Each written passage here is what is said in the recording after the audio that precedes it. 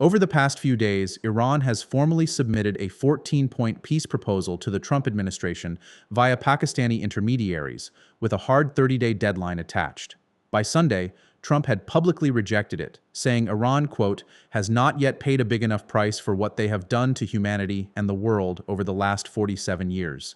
The IRGC has responded by warning that Trump now faces a binary choice between, quote, an impossible military operation or a bad deal. And remarkably, despite all of this, the S&P 500 closed Friday at 7,230, its first ever close above 7,200, and its fifth consecutive weekly gain. So in this video, we're going to explain what's actually in Iran's 14-point proposal, why markets appear to be ignoring the 30-day deadline entirely, and what each possible outcome would mean for oil, the Fed, and equities over the rest of 2026. If you love staying informed and want some of the best reporting on YouTube, then subscribe and ring the bell for more. So, let's start by establishing how we actually got here. For context, the current war between the US, Israel, and Iran began on the 28th of February 2026, the same day Iran's supreme leader Ali Khamenei died. Power inside Iran has since shifted towards hardline IRGC commanders, with Secretary of State Marco Rubio recently describing the regime as, quote, deeply fractured. A fragile ceasefire took effect on the 8th of April, but the US then instituted a naval blockade of Iranian ports on the 13th of April, which according to the Pentagon has cost Iran roughly $4.8 billion in oil revenue and turned back at least 45 commercial vessels. Then on the 1st of May, the 60-day war powers resolution clock expired, and the White House informed Congress that hostilities had, quote, terminated, even as the blockade itself remains fully active. It's worth noting that the Strait of Hormuz handles around 20% of global oil and LNG flows, and traffic through the strait has reportedly collapsed from roughly 100 ships per day before the war to what one analyst described as a trickle. However, this is the backdrop against which Iran's 14-point proposal landed this weekend. The core demands include an immediate end to the US naval blockade, the lifting of all sanctions, the release of frozen Iranian assets, war reparations, and a new mechanism for managing the Strait of Hormuz, reportedly involving an Iranian-controlled toll system.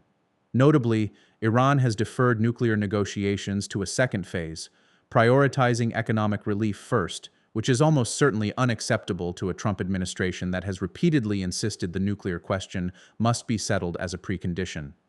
Iran has also explicitly rejected the US preferred 2-month ceasefire extension, demanding that everything be resolved within 30 days or the proposal collapses. Trump's response, beyond the price quote, was that he, quote, can't imagine the proposal being acceptable and that military strikes remain firmly on the table. The point we're trying to make is that this is no longer a slow-burn diplomatic story. It's a structured negotiation with a hard deadline that markets are going to have to price one way or the other within roughly a month. So what does each outcome actually mean?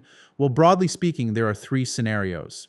In the first, a deal is reached by early June, the strait reopens, Brent collapses back towards its pre-war range of $65 to $70, and the Fed regains room to cut.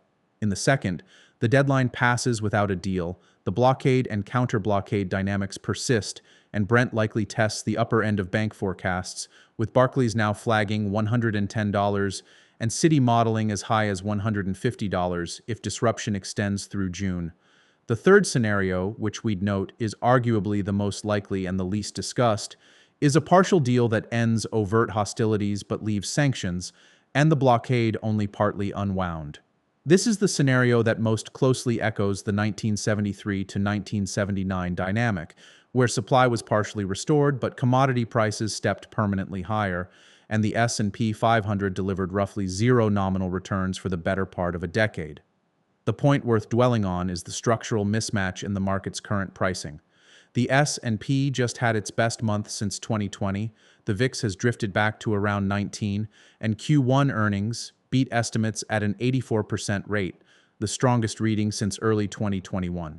In other words, the market is essentially treating the 30-day clock as background noise, even though Brent peaked at $126 just last Wednesday before easing back towards $108. For context, in August 1990, markets similarly assumed a quick resolution to the Iraqi invasion of Kuwait, and the S&P proceeded to fall roughly 16 to 17% over the following 2 months. The structural difference today is that energy stocks now make up only around 3 to 4% of the S&P, compared to roughly 25% in the 1970s, which means the index itself carries far less natural hedge against an oil-driven shock than it did during the last analogous episode. Ultimately, a lot depends on whether the Pakistani channel can survive the next 30 days, whether the IRGC's binary framing holds, and whether Trump genuinely views a partial deal as a win or a humiliation, which is fundamentally a political question rather than a market one. For now, though, the gap between Iran's hard deadline and the S&P's all-time high is arguably the cleanest mispricing of geopolitical risk we've seen this cycle, and one that almost certainly won't survive contact with the next 4 weeks of headlines.